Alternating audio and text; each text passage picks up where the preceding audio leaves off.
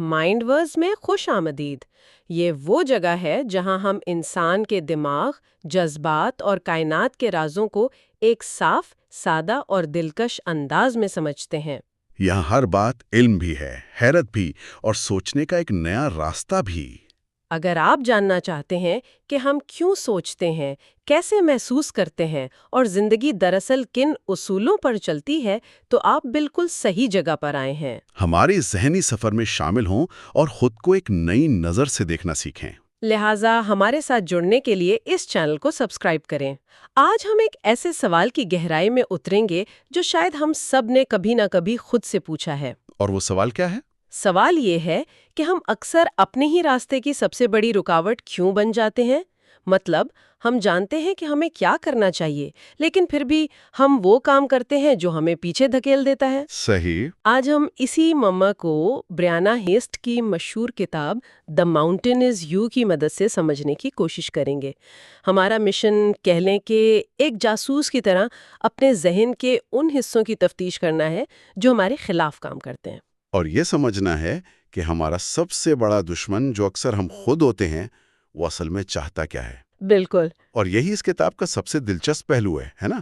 یہ کتاب خود کو نقصان پہنچانے کے عمل کو، یعنی سیلف سیبوٹاج کو، ایک بالکل نئی روشنی میں دیکھتی ہے۔ ہاں، یہ اسے کمزوری یا ناکامی نہیں کہتی۔ جی نہیں، بالکل نہیں، بلکہ یہ کہتی ہے کہ یہ ہمارے لاشعور کا ایک طریقہ ہے ہم سے بات کرنے کا، ہمیں یہ بتانے کا کہ کوئی گہری ضرورت، کوئی ایسی ضرورت ہے جو پوری نہیں ہو رہی۔ تو آج کی گفتگو کا مقصد اس چھپی ہوئی زبان کو سمجھنا ہے اور یہ جاننا ہے کہ تبدیلی کا سفر دراصل شروع کہاں سے ہوتا ہے۔ بالکل، آئیے شروع کرتے ہیں۔ کتاب کا عنوان ہی بہت چونکا دینے والا ہے، پہاڑ آپ خود ہیں۔ پہلی نظر میں تو لگتا ہے کہ پہاڑ کوئی باہری مشکل ہوتی ہے۔ جی، جیسے نوکری، رشتے، مالی حالات۔ ہاں، تو یہ کیسے ہو سکتا ہے کہ پہاڑ ہم خود ہوں؟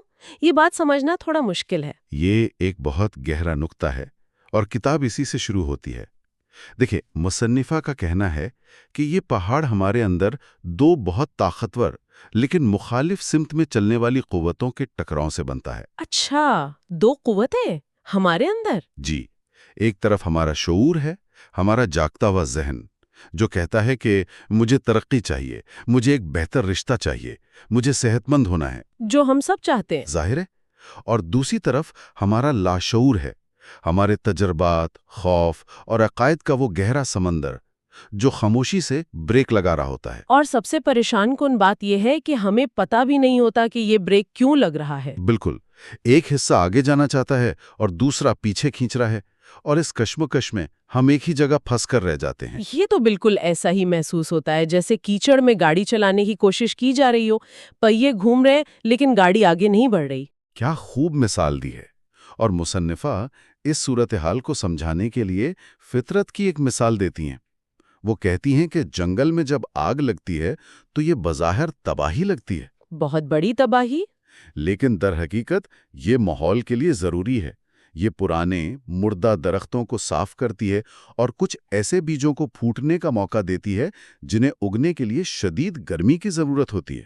یعنی تباہی میں بھی کوئی تعمیر چھپی ہوتی ہے۔ بالکل۔ اسی طرح انسانی ذہن بھی مثبت ٹوٹ پھوٹ یعنی پازیٹیو ڈس انٹیگریشن کے عمل سے گزرتا ہے۔ جب ہمارے پرانے دفاعی طریقے یعنی کوپنگ میکینزمز کام کرنا چھوڑ دیتے ہیں تو ہمیں لگتا ہے کہ سب کچھ ختم ہو گیا ہے، جسے ہم عام طور پر راک باٹم یا زندگی کا نچلا ترین نقطہ کہتے ہیں۔ یہ تو ایک بہت خوفناک احساس ہوتا ہے، لیکن کتاب اسے ایک مثبت چیز کے طور پہ دیکھ رہی ہے۔ جی، یہی تو اس کتاب کا انقلابی خیال ہے۔ وہ کہتی ہیں کہ راک باٹم اصل میں بیداری کا پہلا لمحہ ہے۔ بیداری کا لمحہ؟ ہاں، یہ وہ نقطہ ہے جہاں آپ کو احساس ہوتا ہے کہ پرانے طریقے اب کام نہیں کریں گے۔ مصنفہ اسے ایک ستارے کے سپر نووا بننے سے تشبیہ دیتی ہیں۔ اچھا۔ ایک ستارہ پھٹنے سے پہلے شدید دباؤ کے تحت اپنے اندر کی طرف سکڑتا ہے اور پھر ایک بہت بڑا دھماکہ ہوتا ہے جس سے نئی چیزیں پیدا ہوتی ہیں۔ ہماری زندگی میں بھی بڑی تبدیلی اسی اندرونی دباؤ اور ٹوٹ پھوٹ کے بعد آتی ہے۔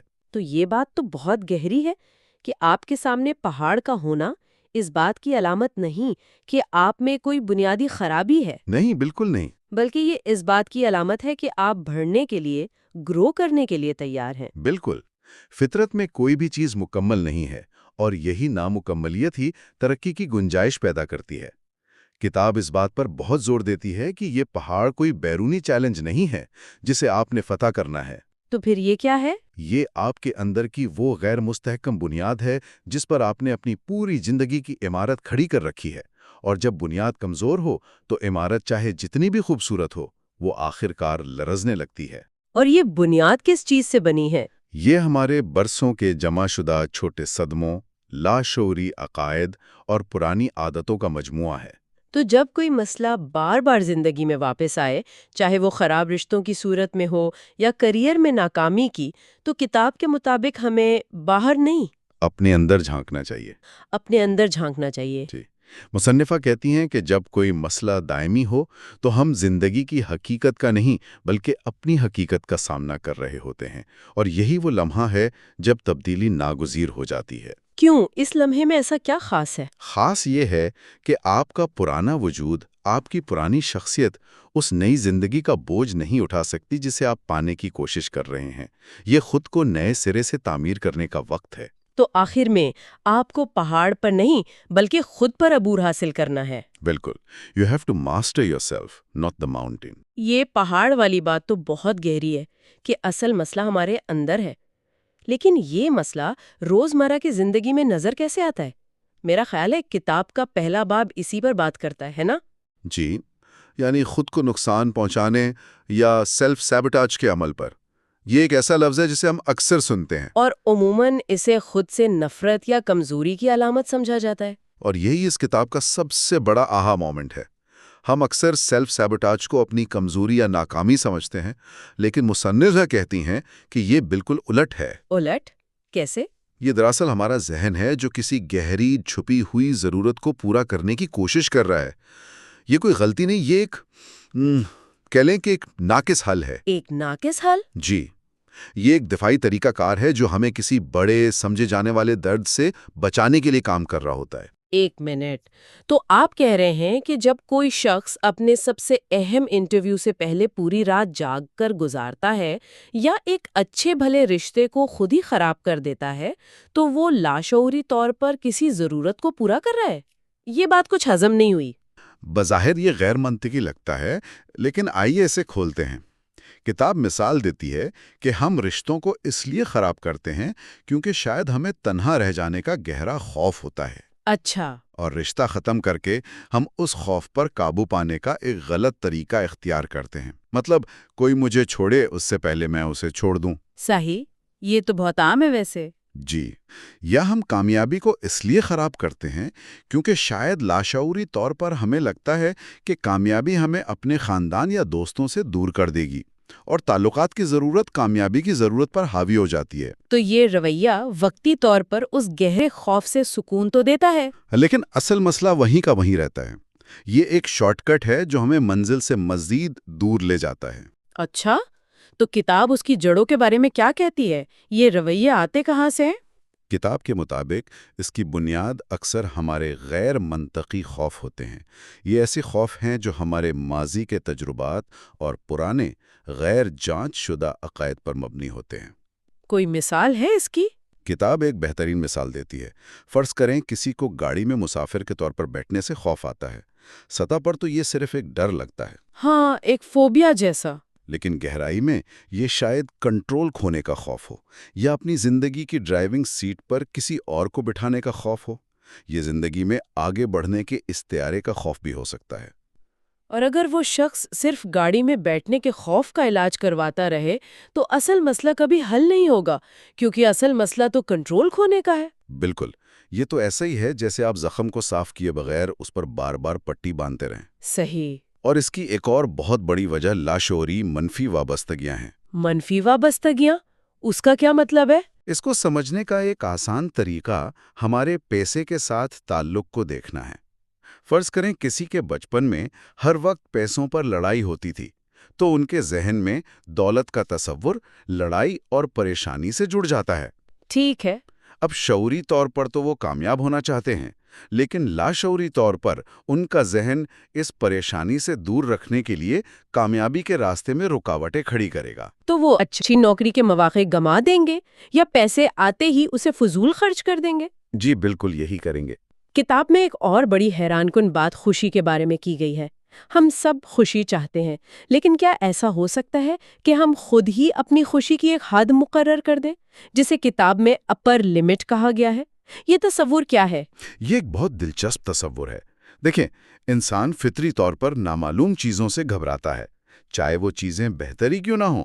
یہ تو عجیب بات ہے، بہتر چیز سے کیوں گھبرانا؟ کیونکہ ہم خوشی سے زیادہ مانوسیت یعنی فیملیرٹی تلاش کرتے ہیں۔ ہم میں سے ہر ایک کی خوشی، کامیابی اور محبت کو برداشت کرنے کی ایک لاشعوری حد ہوتی ہے جو ہمارے ماضی کے تجربات سے طے ہوتی ہے۔ اور جب ہماری زندگی اس حد سے زیادہ اچھی ہونے لگتی ہے تو ہمارا اندرونی نظام خطرے کا الارم بجانے لگتا ہے کہ یہ کچھ نیا ہو رہا ہے، یہ غیر مانوس ہے، یہ خطرناک ہو سکتا ہے۔ تو ہم خود ہی کوئی ڈرامہ یا مسئلہ کھڑا کر کے اپنی خوشی کو کم کر دیتے ہیں تاکہ واپس اپنی پرانی مانوس حالت میں آ سکیں، چاہے وہ حالت دکھ بھری ہی کیوں نہ ہو؟ جی بالکل، کیونکہ وہ دکھ بھری حالت جانی پہچانی ہے، محفوظ محسوس ہوتی ہے۔ میں نے ایک بار ایک ایسے شخص سے بات کی جسے پروموشن ملنے کے فوراً بعد اپنی نوکری سے نفرت ہونے لگی اور اس نے اپنے باس سے بلا وجہ جھگڑا کر لیا۔ اوہ! کتاب کے مطابق یہ اپر لمٹ کی کلاسک مثال ہے۔ کامیابی اور خوشی اتنی زیادہ تھیں کہ ان کا لاشعوری ذہن انہیں واپس ان کے پرانے، مانوس، کم کامیابی والے دائرے میں گھسیٹ رہا تھا۔ کیونکہ وہ دائرہ ان کے لیے زیادہ محفوظ اور جانا پہچانا تھا۔ واہ! جی ٹھیک ہے، تو ہم نے یہ سمجھ لیا ہے کہ پہاڑ ہمارے اندر ہے اور یہ خود کو نقصان پہنچانے والے رویوں کی شکل میں ظاہر ہوتا ہے، جن کی جڑیں پرانے خوف اور لاشعوری عقائد میں ہیں۔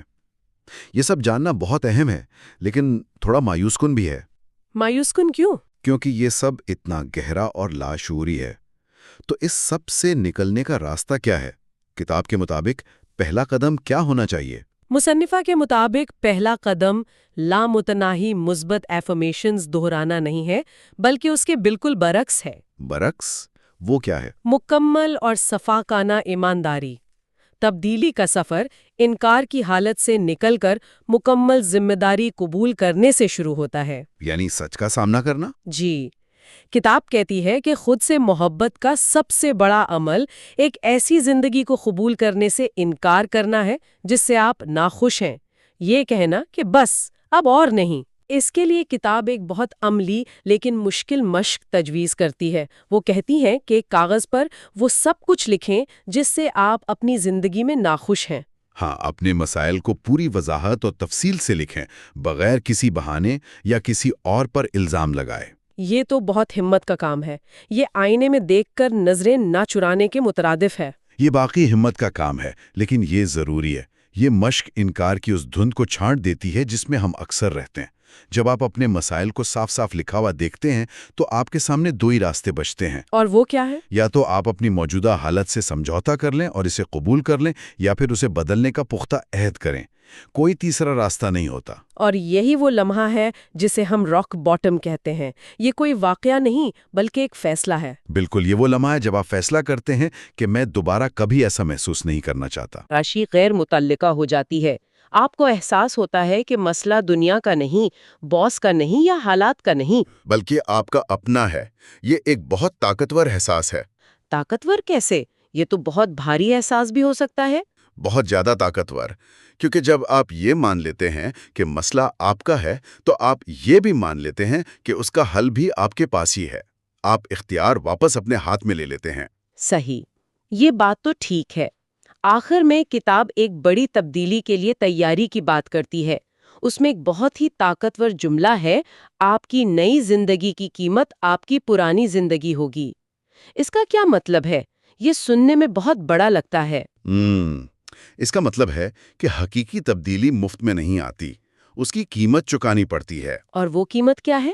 وہ قیمت ہے آپ کی پرانی شناخت، آپ کا کمفرٹ زون، آپ کی کچھ پرانی عادتیں اور شاید کچھ ایسے رشتے بھی جو آپ کی پرانی شخصیت پر بنے تھے۔ اور لوگوں کی نظر میں ہر وقت اچھا بنے رہنے کی خواہش کو بھی قربان کرنا پڑتا ہے؟ جی بالکل، لیکن مصنفہ کہتی ہیں کہ آپ صرف وہی کھوئیں گے جو اس شخص کے لیے بنا تھا جو اب آپ نہیں رہے۔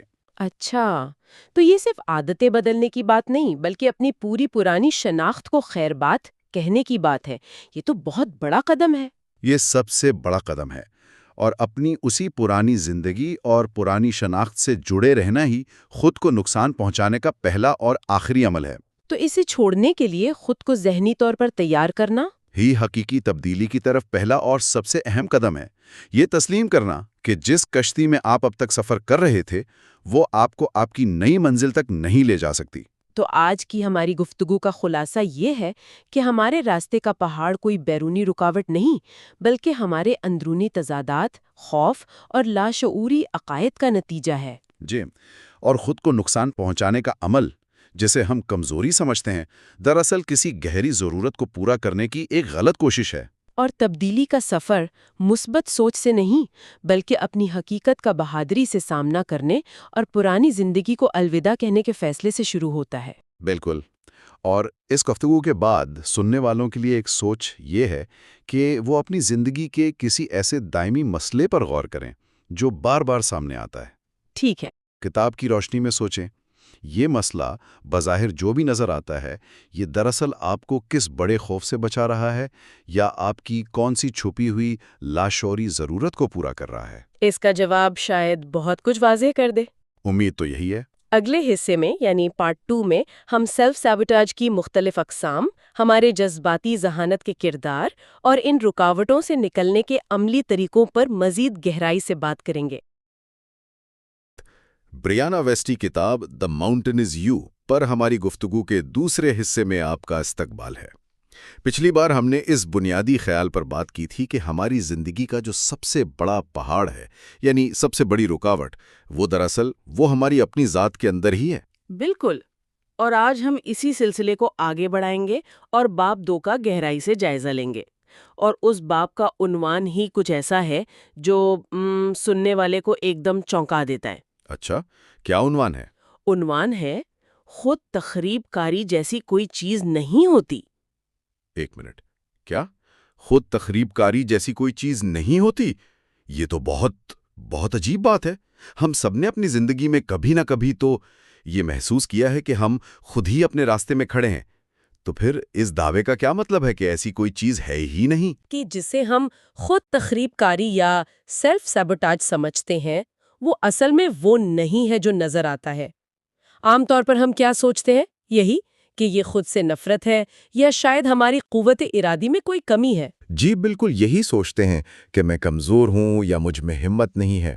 لیکن وہ کہتی ہیں کہ یہ رویے بے ترتیب نہیں ہوتے، یہ ہمارے لاشعور کی ایک سوچی سمجھی کوشش ہوتے ہیں تاکہ ہماری کسی ایسی گہری ضرورت کو پورا کیا جا سکے جسے ہم شعوری طور پر مطلب جانتے بوجھتے ہوئے نظر انداز کر رہی ہیں۔ اچھا، تو یہ شعوری اور لاشعوری خواہشات کے ٹکراؤ کا معاملہ ہے۔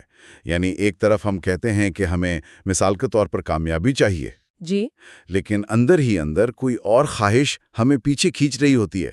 کیا آپ اسے کسی مثال سے واضح کر سکتی ہیں؟ ضرور۔ کتاب میں ایک بہت اچھی مثال دی گئی ہے۔ فرض کریں ایک شخص ہے جو شعوری طور پر امیر بننا چاہتا ہے۔ ٹھیک۔ وہ کاروبار شروع کرتا ہے، محنت بھی کرتا ہے، لیکن بار بار ایسے فیصلے کرتا ہے جس سے اس کا کام خراب ہو جاتا ہے۔ اب باہر سے دیکھنے پر یہ کیا لگے گا؟ یہی لگے گا کہ وہ خود ہی اپنی کامیابی کی راہ میں روڑیں اٹکا رہا ہے، خالص خود تخریب کاری۔ بالکل، لیکن ویسٹ کہتے ہیں کہ ہمیں تھوڑا گہرائی میں جھانکنا ہوگا۔ ہو سکتا ہے کہ اس شخص کے لاشعور میں شاید بچپن سے یہ عقیدہ بیٹھا ہو کہ امیر لوگ اکیلے ہوتے ہیں یا پیسہ انسان کو برا بنا دیتا ہے۔ اب یہاں دو خواہشات کا ٹکراؤ ہے۔ اس کا شعوری ذہن پیسہ چاہتا ہے، لیکن اس کا لاشعوری ذہن لوگوں سے جڑے رہنا چاہتا ہے، وہ پسند کیا جانا چاہتا ہے۔ اچھا۔ اور لاشعور کو یہ لگتا ہے کہ دولت اس کی سماجی قبولیت کے لیے ایک خطرہ ہے، اس لیے وہ لاشعوری طور پر کاروبار کو ناکام کرتا ہے تاکہ وہ اپنے سماجی دائرے میں محفوظ رہے۔ واہ، یہ تو بہت ہی گہری بات ہے۔ مطلب اس کا مطلب ہے کہ ہمارا ذہن ہمیں سزا نہیں دے رہا بلکہ کسی سمجھے ہوئے خطرے سے بچا رہا ہوتا ہے۔ بالکل یہی، یہ سزا نہیں، یہ حفاظت ہے، بھلے ہی وہ حفاظت غلط فہمی پر مبنی ہو۔ یہ بات ہضم کرنا تھوڑا مشکل ہے، کیونکہ ہم تو ہمیشہ یہی سنتے اور سمجھتے آئے ہیں کہ یہ سب قوت ارادی کی کمی ہے یا شاید ہم کافی محنتی نہیں ہیں۔ اور یہی وہ نقطہ ہے جسے کتاب چیلنج کرتی ہے۔ وہ کہتی ہیں کہ یہ قوت ارادی کا امتحان ہے ہی نہیں، یہ ایک حفاظتی نظام ہے۔ ایک اور مثال لیں، جب ہم کسی بڑے کام کو ٹالتے ہیں جسے ہم پروکراسٹینیشن کہتے ہیں، جی، جو کہ بہت عام ہے۔ بہت عام ہے، ہم اسے سستی کا نام دیتے ہیں، لیکن کتاب کے مطابق ہو سکتا ہے یہ سستی نہ ہو سکتا ہے کہ ہمارا لاشعور ہمیں ناکامی کے خوف سے بچا رہا ہو۔ ٹھیک ہے، یہ بات تو سمجھ آتی ہے۔ لیکن اس سے بھی دلچسپ بات یہ ہے کہ شاید وہ ہمیں کامیابی کے خوف سے بچا رہا ہو۔ کامیابی کا خوف؟ یہ کیسا خوف ہوا؟ کامیابی سے بھلا کوئی کیوں ڈرے گا؟ دیکھیے، کامیابی اپنے ساتھ بہت کچھ لاتی ہے۔ لوگوں کی توقعات بڑھ جاتی ہیں، ذمہ داری بڑھ جاتی ہے، آپ پر لوگوں کی نظر ہوتی ہے، حسد کا سامنا بھی کرنا پڑ سکتا ہے۔ ہو سکتا ہے کہ ہمارا لاشعور ان تمام چیزوں کے لیے تیار نہ ہو اور وہ ہمیں اس دباؤ سے بچانے کے لیے وہ پروجیکٹ شروع ہی نہ کرنے دے۔ اچھا، تو جو رویہ اوپر سے سستی یا ٹال مٹول نظر آتا ہے، وہ دراصل اندر سے تحفظ کی ایک کوشش ہے۔ بالکل۔ یہ ہمارے ذہن کا طریقہ ہے یہ کہنے کا کہ رک جاؤ، ہم ابھی اس کے لیے تیار نہیں ہیں۔ تو اس منطق کے حساب سے تو پھر ہماری تمام بری عادتیں جنہیں ہم ختم کرنے کی کوشش کرتے ہیں، وہ بھی کسی نہ کسی مقصد کو پورا کر رہی ہیں۔ کتاب کے مطابق بالکل یہی بات ہے۔ ہماری عادتیں اچھی ہو یا بری ذہانت سے ڈیزائن کی گئی ہیں، وہ بے ترتیب نہیں ہیں۔ اچھا، فرض کریں کوئی شخص ہے جو فٹ رہنا چاہتا ہے، لیکن ہر بار جب وہ دباؤ یا سٹریس میں ہوتا ہے تو غیر صحت بخش کھانا کھاتا ہے۔ ٹھیک ہے۔ اس کا شعوری مقصد تو صحت ہے، لیکن اس کی عادت ایک فوری ضرورت پوری کر رہی ہے، اور وہ ہے جذباتی سکون۔ وہ کھانا اسے اس جذباتی درد کا سامنا کرنے سے بچا رہا ہے جسے وہ محسوس تو کر رہا ہے لیکن اس سے نمٹنے کے لیے تیار نہیں۔ تو کھانے کی عادت اسے اس گہرے درد سے ایک طرح سے بچا رہی ہے۔ لیکن آپ نے ایک لفظ استعمال کیا، ذہانت سے ڈیزائن کی گئی ہیں۔ یہ لفظ تھوڑا بڑا نہیں ہے؟ کیا یہ ممکن نہیں کہ ہمارا ذہن بس پرانی ناکارہ ہاتھوں پر چل رہا ہو جو شاید کبھی بچپن میں کارآمد تھیں لیکن اب نہیں ہے؟ کیا اسے ذہانت کہنا درست ہے؟ بہت اچھا سوال ہے۔ یہاں ذہانت کا مطلب بہترین یا مفید ہرگز نہیں ہے۔ اچھا، اس کا مطلب ہے کہ یہ رویہ بے وجہ یا اتفاقی نہیں ہے۔ اس کے پیچھے ایک منطق ہے، ایک وجہ اور اثر کا تعلق ہے۔ یہ ایک ایسا نظام ہے جو ایک مسئلے کو حل کرنے کی کوشش کر رہا ہے، بھلے ہی اس کا حل پرانا، ناقص یا آج کے حالات کے لیے غیر موزوں ہو۔ مطلب ذہن نے ماضی میں سیکھا تھا کہ فلاں کام کرنے سے فوری سکون ملتا ہے، جی، تو وہ آج بھی اسی پرانے حل کو استعمال کر رہا ہے کیونکہ اس کے پاس اس وقت کوئی نیا بہتر حل موجود نہیں ہے۔ آپ نے بالکل صحیح پکڑا۔ وہ اپنے محدود علم کے مطابق سب سے ذہین کام کر رہا ہے جو وہ کر سکتا ہے۔ اگر یہ رویے ہمیں کسی چیز سے بچا رہے ہیں تو کیا اس کا مطلب یہ ہوا کہ ہم اس حفاظتی احساس کے عادی ہو جاتے ہیں، یہاں تک کہ اگر اس کی قیمت کامیابی نہ ملنے یا ناخوش رہنے کی صورت میں چکانی پڑے؟ آپ نے بالکل درست نقطے پر انگلی رکھی ہے۔ یہیں سے کتاب ایک اور حیران کن تصور متعارف کرواتی ہے۔ وہ کیا ہے؟ وہ یہ کہ ہم اپنے مسائل سے وابستہ ہو جاتے ہیں، ہم ان سے جڑ جاتے ہیں۔ مسائل سے وابستہ؟ لیکن کوئی اپنے مسئلے سے کیوں جڑا رہنا چاہے گا؟ مطلب ایک تکلیف دہ حالت میں رہنے میں کیا سکون ہو سکتا ہے؟ یہ بات تو بالکل الٹی لگتی ہے۔ یہیں پر مانوسیت یا کمفرٹ زون کا تصور سامنے آتا ہے۔ دیکھیں، بعض اوقات ایک جانا پہچانا درد ایک انجانے سکھ سے زیادہ محفوظ محسوس ہوتا ہے۔ مثال کے طور پر اکیلے رہنے کا مسئلہ، یہ بہت سے لوگوں کے لیے ایک حقیقی رشتے میں داخل ہونے کی کمزوری، غیر یقینی اور ممکنہ دل ٹوٹنے کے خطرے سے زیادہ محفوظ لگ سکتا ہے۔ وہ لوگ اکیلے پن کی شکایت تو کریں گے، لیکن لاشعوری طور پر ایسے لوگوں کا انتخاب کریں گے جو دستیاب نہیں ہیں یا رشتے کو آگے نہیں بڑھائیں گے تاکہ وہ اپنے مانوس مسئلے میں محفوظ رہیں۔ واہ! یعنی مسئلہ خود ایک کمفرٹ زون بن جاتا ہے۔ بالکل۔ اسی طرح پیسے کی کمی کا مسئلہ، یہ دولت کے ساتھ آنے والے نامعلوم دباؤ، ذمہ داریوں اور رشتوں میں تبدیلی کے خوف سے زیادہ مانوس اور آرام دہ محسوس ہو سکتا ہے۔ تو انسان خود کو اسی حالت میں رکھتا ہے کیونکہ وہ جانی پہچانی ہے۔ جی، اس لیے وہ شخص زیادہ خرچ کر کے یا سرمایہ کاری کے موقع گوا کر خود کو مالی طور پر غیر مستحکم حالت میں رکھتا ہے، کیونکہ یہ حالت چاہے کتنی ہی تکلیف دہ کیوں نہ ہو، جانی پہچانی ہے۔ خود تخریب کار تحریک ہمیں اسی مانوس اگرچہ تکلیف دہ دائرے میں قید رکھتا ہے۔ تو اس سب کا مطلب اس شخص کے لیے کیا ہے جو واقعی بدلنا چاہتا ہے؟ اگر کوئی اپنی ان عادتوں سے چھٹکارا پانا چاہتا ہے تو اسے کیا کرنا چاہیے؟ کیا صرف اس حفاظتی رویے کو زبردستی روک دینا کافی ہے؟ نہیں، اور کتاب اس بارے میں بہت واضح ہے۔ آپ صرف حفاظتی میکینزم یعنی مسئلے سے چھٹکارا پا کر یہ نہیں سوچ سکتے کہ آپ نے اصل معاملہ حل کر لیا ہے۔ اگر آپ نے اس بنیادی ضرورت کو نہیں سمجھا جس کی وجہ سے یہ رویہ پیدا ہوا تھا، تو ذہن کوئی اور شاید اس سے بھی بدتر حفاظتی رویہ اپنا لے گا۔ بالکل ویسے ہی جیسے اگر کوئی شخص ٹینشن کی وجہ سے سگریٹ پیتا ہے اور وہ صرف سگریٹ چھوڑ دے لیکن اپنی ٹینشن کو سنبھالنے کا کوئی نیا طریقہ نہ سیکھے، تو ہو سکتا ہے وہ زیادہ کھانا شروع کر دے یا کوئی اور عادت اپنا لے۔ صحیح، آپ نے بالکل صحیح سمجھا۔ خود تخریب کاری پر قابو پانا اپنی خواہشات کو دبانے کا نام نہیں ہے، بلکہ یہ سمجھنے کا نام ہے کہ وہ خواہشات وہاں موجود ہی کیوں ہیں۔ تو یہ اپنے آپ سے جنگ کرنے کے بجائے اپنے آپ کو سمجھنے کا عمل ہے۔ بالکل، آپ کو اپنے لاشعور سے لڑنا نہیں بلکہ اس کی بات سننی ہے اور یہ جاننا ہے کہ وہ آپ کو کس چیز سے بچانے کی کوشش کر رہا ہے۔ جب آپ اس بنیادی ضرورت کو سمجھ جاتے ہیں تب آپ اسے پورا کرنے کا ایک صحت مند اور زیادہ تعمیری طریقہ تلاش کر سکتے ہیں۔ تو اس باب کا جو مرکزی خیال ہے وہ یہ ہے کہ ہمیں خود تخریب کاری کو اپنی کمزوری یا ناکامی سمجھنا چھوڑ دینا چاہیے۔ جی، اس باب سے حاصل ہونے والا سب سے بڑا سبق نقطۂ نظر کی یہ تبدیلی ہی ہے۔ خود تخریب کاری کو کمزوری یا خود سے نفرت کی علامت کے طور پر دیکھنے کے بجائے کتاب ہمیں اسے اپنے لاشعور کی طرف سے ایک پیغام کے طور پر دیکھنے کی ترغیب دیتی ہے۔ یہ ایک بنیادی ضرورت کو پورا کرنے کی ایک ذہین اگرچہ گمراہ کن کوشش ہے۔ یہ ایک اشارہ ہے کہ ہماری زندگی کا کوئی حصہ نظر انداز ہو رہا ہے اور توجہ چاہتا ہے۔ واہ، اور یہ سوچ تو سب کچھ بدل دیتی ہے۔ یہ ہمیں خود کو الزام دینے کی کیفیت سے نکال کر تجسس اور خود شناسی کی طرف لے جاتی ہے۔ جی بالکل۔ سوال مجھ میں کیا خرابی ہے سے بدل کر یہ ہو جاتا ہے کہ میرا یہ حصہ میری مدد کرنے کی کیا کوشش کر رہا ہے۔ یہ تو خود سے ہمدردی کا بالکل نیا زاویہ ہے۔ بالکل، اور جب آپ یہ سوال پوچھنا شروع کر دیتے ہیں تو آپ حل کے قریب پہنچ جاتے ہیں۔ تب آپ اپنے دشمن نہیں بلکہ اپنے سب سے بڑے اتحادی بن جاتے ہیں۔ یہ واقعی ایک بہت طاقتور خیال ہے۔ ہماری گفتگو کے اگلے حصے میں ہم یہ جانیں گے کہ خود تخریب کاری کے یہ نمونے ہماری روزمرہ کی زندگی میں کن مخصوص رویوں کے ذریعے ظاہر ہوتے ہیں جن کی کتاب نشاندہی کرتی ہے۔ جیسے مزاحمت، کمال پرستی یعنی پرفیکشنزم، اور خوشی کی ہماری اوپری حد تک پہنچنا۔ ضرور، اس پر بات کرنا بہت دلچسپ ہوگا۔ لیکن فی الحال ہمارے ذرائع سے ایک سوچ پر غور کرنے کے لیے چھوڑے جاتے ہیں۔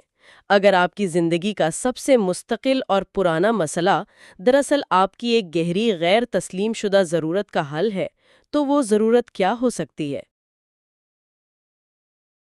آج ہم بریانا ویسٹ کی کتاب "دی ماؤنٹین از یو" کی ان باتوں پر غور کریں گے جو شاید تھوڑی چبھنے والی ہیں لیکن بہت ضروری ہیں۔ جی بالکل۔ ہم یہ سمجھنے کی کوشش کریں گے کہ ہم خود اپنے راستے کی سب سے بڑی رکاوٹ کیسے بنتے ہیں۔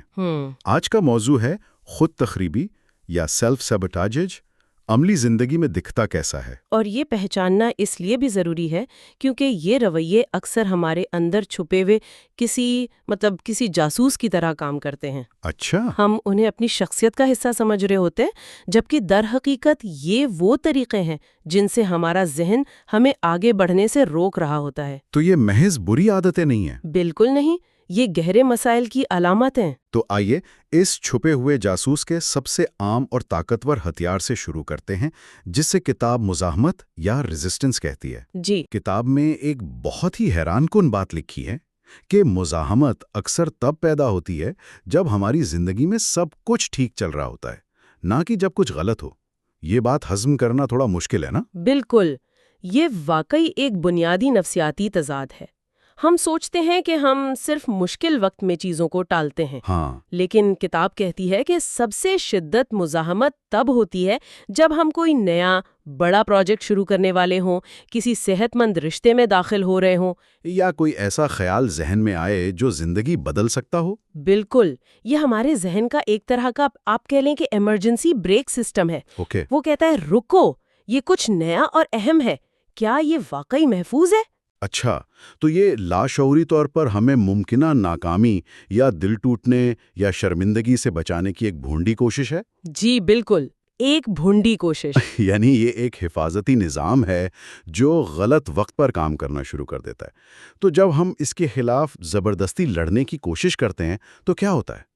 کیا یہ مزاحمت کم ہو جاتی ہے؟ نہیں، بلکہ یہ اور شدید ہو جاتی ہے، اچھا، کیونکہ جب آپ زبردستی کرتے ہیں تو آپ اپنے اندر کے اس خوف کو مزید چیخ کر کہہ رہے ہوتے ہیں کہ ہاں واقعی خطرہ ہے۔ صحیح، کتاب کا نقطہ یہ ہے کہ اس سے لڑنے کے بجائے اسے سمجھنے کی کوشش کریں کہ یہ خوف آ کہاں سے رہا ہے۔ یہ مزاحمت ہمیں بتا رہی ہوتی ہے کہ ہم اپنی مقررہ کردہ حدود سے باہر نکل رہے ہیں۔ اور یہ مقررہ کردہ حدود والی بات بہت دلچسپ ہے۔ اس سے ہم کتاب کے ایک اور اہم تصور پر آتے ہیں، اوپری حد یا اپر لمٹ۔ کیا اس کا مطلب یہ ہے کہ ہم نے لاشعوری طور پر اپنی خوشی اور کامیابی کا ایک کوٹا مقرر کیا ہوا ہے، اور جیسے ہی ہم اس سے آگے نکلنے لگتے ہیں ہم خود ہی اپنے پاؤں پر کلہاڑی مار لیتے ہیں؟ جی بالکل یہی مطلب ہے۔ مصنف یہاں گے ہینڈرکس کا حوالہ دیتی ہیں، جن کا سارا کام اسی تصور پر مبنی ہے۔ ہم میں سے ہر ایک کے ذہن میں خوشی، محبت اور کامیابی کو برداشت کرنے کا ایک تھرموسٹیٹ لگا ہوا ہے۔ تھرموسٹیٹ؟ جی، جو ہمارے بچپن کے تجربات اور ماحول کی بنیاد پر سیٹ ہوتا ہے۔ جب زندگی اس سیٹ درجہ حرارت سے زیادہ گرم یا اچھی ہونے لگتی ہے تو ہمارا اندرونی نظام خطرے کا الارم بجا دیتا ہے، اور پھر ہم لاشعوری طور پر کوئی ایسا کام کر بیٹھتے ہیں جو درجہ حرارت کو واپس ہماری مانوس سطح پر لے آئے۔ بالکل، ہماری مانوس اور آرام دہ سطح پر، چاہے وہ مانوس سطح تکلیف دہی کیوں نہ ہو۔ یعنی ہمارا دماغ خوشی سے زیادہ واقعیت کو ترجیح دیتا ہے۔ یہ تو بہت عجیب بات ہے۔ بالکل، کیونکہ دیکھیں دماغ کا بنیادی کام ہمیں زندہ رکھنا ہے، خوش رکھنا نہیں۔ صحیح۔ اور واقفیت، چاہے وہ دکھ بھری ہی کیوں نہ ہو، دماغ کے لیے نامعلوم خوشی سے زیادہ محفوظ محسوس ہوتی ہے۔ اور یہ اپر لمٹ کا مسئلہ ظاہر کیسے ہوتا ہے؟ کئی طریقوں سے ہو سکتا ہے۔ آپ کا کیریئر بہت اچھا جا رہا ہو اور آپ اچانک اپنے باس سے جھگڑا مول لیں، اچھا، یا آپ ایک بہت اچھے رشتے میں ہوں اور آپ بے وجہ اپنے پارٹنر پر شک کرنے لگیں۔ کچھ لوگوں کو جسمانی علامات بھی ظاہر ہوتی ہیں، جیسے اچانک سر میں درد یا بیماری کا احساس۔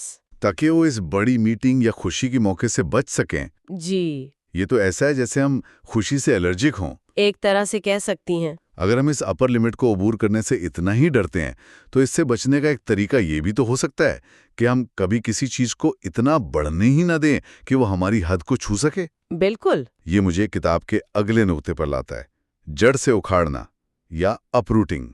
وہ لوگ جو ہمیشہ نئی شروعات کی تلاش میں رہتے ہیں۔ آپ نے بالکل صحیح جوڑا۔ اپروٹنگ اپر لمٹ کے مسئلے سے بچنے کا ایک بہترین طریقہ ہے۔ اچھا، وہ کیسے؟ اگر آپ کبھی جڑیں ہی نہیں پکڑیں گے تو آپ کبھی اتنا بڑا درخت نہیں بنیں گے کہ آپ کو اپنی اونچائی سے ڈر لگے۔ یہ وہ لوگ ہیں جو ایک شہر سے دوسرے شہر، ایک نوکری سے دوسری نوکری یا ایک رشتے سے دوسرے رشتے میں چھلانگ لگاتے رہتے ہیں۔ وہ ہمیشہ کومپل پھوٹنے کے مرحلے میں بہت پرجوش اور آرام دہ محسوس کرتے ہیں، لیکن جیسی ہی چیزیں گہری، سنجیدہ یا ذمہ داری والی ہونے لگتی ہیں، یعنی پھل لگنے کا وقت آتا ہے، جی، تو وہ سب کچھ اکھاڑ کر ایک نئی جگہ بیج بونے چلے جاتے ہیں۔ تو یہ دراصل ترقی کا خوف ہے۔ یہ ایک نہ ختم ہونے والا چکر لگتا ہے، کیونکہ ہر نئی شروعات بالآخر اسی مقام پر پہنچے گی جہاں سے وہ بھاگے تھے۔ بالکل، یہ تنازعات کو حل کرنے یا مشکل حالات کا سامنا کرنے کی صلاحیت کی کمی کا بھی نتیجہ ہے۔ بھاگ جانا وقتی طور پر آسان لگتا ہے، لیکن طویل مدت میں یہ انسان کو ایک ہی جگہ پر قید کر دیتا ہے۔ وہ زندگی بھر شروعات ہی کرتے رہتے ہیں، کبھی کسی منزل پر نہیں پہنچتے۔ جی بالکل۔ تو جڑ سے اکھاڑنے کا مطلب ہے کہ ہم گہرائی میں جانے سے ڈرتے ہیں، اور یہ خوف ایک اور رویے سے بہت قریب سے جڑا ہوا ہے جسے ہم اکثر خوبی سمجھتے ہیں، بلکہ فخر سے بتاتے ہیں کہ میں پرفیکشنسٹ ہوں۔ کتاب کہتی ہے کہ کمال پرستی یا پرفیکشنزم خود تخریبی کی ایک بہت ہی نفیس شکل ہے۔ یہاں کتاب ایک بہت ہی چونکا دینے والی بات کرتی ہے۔ ہم کمال پرستی کو ایک خوبی سمجھتے ہیں، ہاں، ایک بیج آف آنر کی طرح۔ جی، لیکن کتاب کہتی ہے کہ یہ دراصل خود کو دھوکہ دینے کا سب سے خوبصورت طریقہ ہے۔ یہ ناکامی کا خوف ہے جسے ہم نے اعلیٰ معیار کا ماسک پہنا رکھا ہے تاکہ ہمیں کبھی کام شروع ہی نہ کرنا پڑے۔ سب کچھ یا کچھ نہیں والی سوچ۔ بالکل، اگر میں اسے بالکل پرفیکٹ نہیں کر سکتا تو میں اسے کروں گا ہی نہیں۔ لیکن کیا یہ خوبی بھی نہیں ہو سکتی؟ کیا دنیا کی عظیم کام کمال پرستی کے بغیر ممکن ہے؟ مطلب کیا سٹیو جابز پرفیکشنسٹ نہیں تھا؟ کتاب اس میں کیسے فرق کرتی ہے؟ یہ بہت اہم سوال ہے۔ کتاب صحت مند جدوجہد اور مفلوج کر دینے والی کمال پرستی میں فرق کرتی ہے۔ صحت مند جدوجہد کا مطلب ہے کہ آپ اپنا بہترین کام کرنے کی کوشش کرتے ہیں، آپ بہتری لاتے ہیں اور آپ سیکھنے کے عمل کو قبول کرتے ہیں۔ ٹھیک۔ لیکن کمال پرستی کا تعلق نتیجے سے نہیں بلکہ شبیہ سے ہے۔ اس کا اصل مقصد کام کو بہترین بنانا نہیں بلکہ خود کو ناکامی اور تنقید سے بچانا ہے۔ اچھا۔ یہ ہمیں اس سب سے اہم عمل سے روکتی ہے جو مہارت حاصل کرنے کے لیے ضروری ہے، بار بار کوشش کرنا، غلطیاں کرنا اور ان سے سیکھنا۔ پرفیکشنسٹ پہلا قدم اٹھانے سے ہی اتنا ڈرتا ہے کہ وہ ریس میں شامل ہی نہیں ہوتا۔ تو یہ عمل کا دشمن ہے؟ اور عمل کے دوران جو مشکل جذبات پیدا ہوتے ہیں، جیسے مایوسی، غصہ یا یہ احساس کہ کام اچھا نہیں ہو رہا، شاید ان سے بچنے کا بھی ایک طریقہ ہے۔ بالکل۔ یہ مجھے اگلے نقطے کی طرف لاتا ہے، محدود جذباتی پروسیسنگ۔ اس کا کیا مطلب ہے؟ اس کا مطلب ہے کہ آپ نے اپنے جذبات کی رینج کو محدود کر دیا ہے۔ آپ نے فیصلہ کر لیا ہے کہ آپ صرف اچھے جذبات جیسے خوشی، جوش اور سکون کو محسوس کریں گے۔ اور برے جذبات جیسے غصہ، اداسی، حسد اور خوف کو دبا دیں گے؟ جی، مسئلہ یہ ہے کہ جب آپ اپنے آدھے جذبات کو محسوس کرنے سے انکار کر دیتے ہیں تو آپ اپنی آدھی زندگی جینے سے بھی انکار کر دیتے ہیں۔ وہ کیسے؟ کیا غصے اور اداسی سے بچنا اچھی بات نہیں؟ وقتی طور پر شاید، لیکن طویل مدت میں یہ تباہ کن ہے، کیونکہ ترقی، کامیابی اور گہرے رشتے ہمیشہ آرام دہ نہیں ہوتے۔ ان میں خطرہ مول لینا پڑتا ہے، مایوسی کا سامنا کرنا پڑتا ہے اور بعض اوقات دل بھی ٹوٹتا ہے۔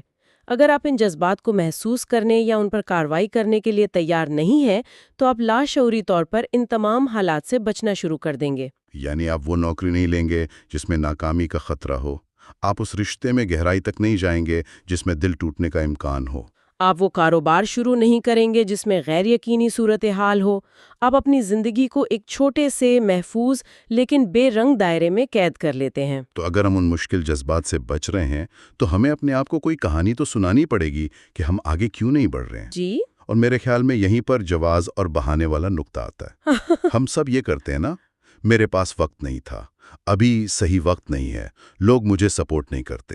بالکل۔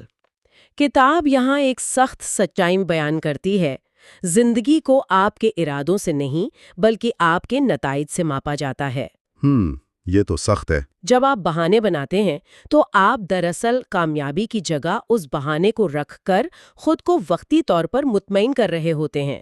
آپ کو وہ کام نہ کرنے کی تکلیف سے ایک لمحے کی راحت مل جاتی ہے۔ تو بہانہ ایک ایسی نفسیاتی ڈھال بن جاتا ہے جو آپ کو عمل کرنے کی غیر آرامدہ حقیقت سے بچاتا ہے۔ جی، لیکن بعض اوقات حالات واقعی مشکل ہوتے ہیں۔ کیا ہر وجہ کو بہانہ قرار دینا تھوڑا سخت نہیں ہے؟ کتاب اس میں کیسے فرق کرتی ہے؟ یہ ایک بہترین نقطہ ہے۔